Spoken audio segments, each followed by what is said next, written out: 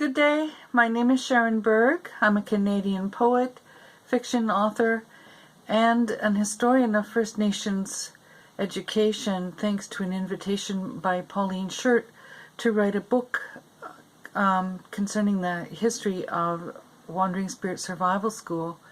This is a school she founded in her living room in September 1976, and it was adopted by the Toronto Board of Education in 1977. It still exists. The section of the book that I wrote about Wandering Spirit is called The Name Unspoken, and it's just won a 2020 IPI Award, a bronze medal, for Best Regional Nonfiction in Canada East. I'm going to read to you something about Wandering Spirit and his name, and there's an odd coincidence between the story of Wandering Spirit and his name becoming unspoken and that of the school, which also had its name unspoken between about 1990 and 2019.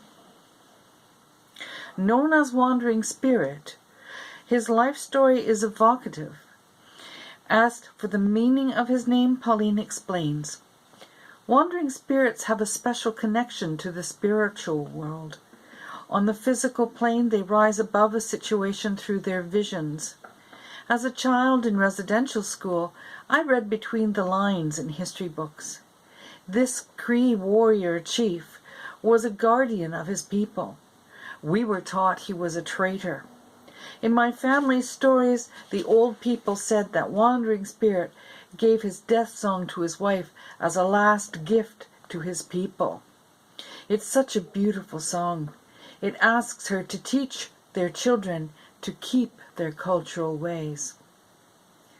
This is not the portrait of Wandering Spirit the Canadian government offered to his people.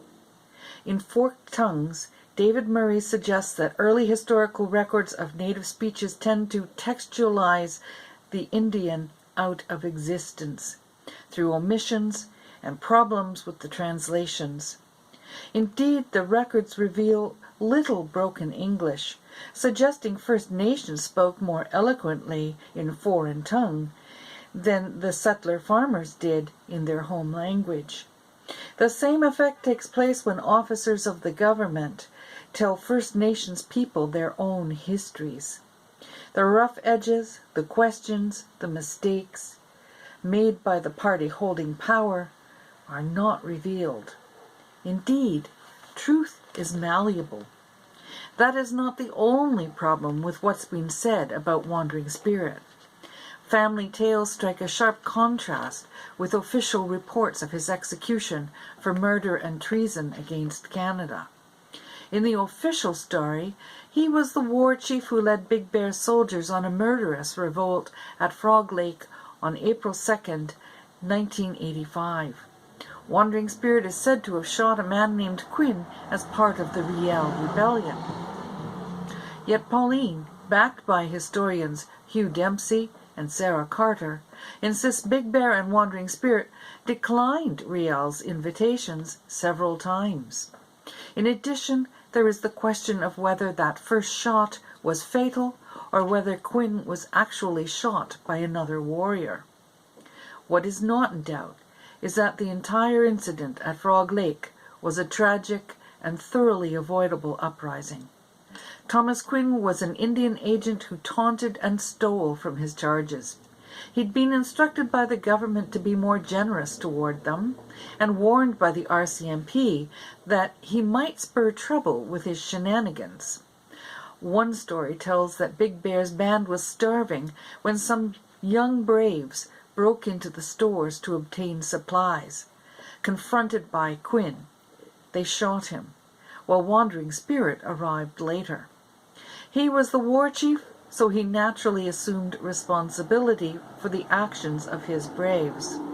However, while several people died that day, Dempsey insists it's impossible to determine the actual number who perished. Though many claim it is 9, he says, if there were 9 graves, then the dead must have been dug up and reburied more often than a dog's favorite bone. Think about it. History is in the power of those who succeed.